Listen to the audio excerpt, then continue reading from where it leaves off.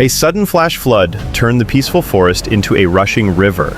As trees swayed and water surged, Rocky heard a cry. A small kitten was stranded on a drifting log, water rising fast and nowhere to run. Without a second thought, Rocky tied a vine to his waist, anchored it, and waded in against the current. He reached the kitten just in time, cradling it close as he pulled both of them to safety. Another life saved, thanks to a little raccoon with a big heart.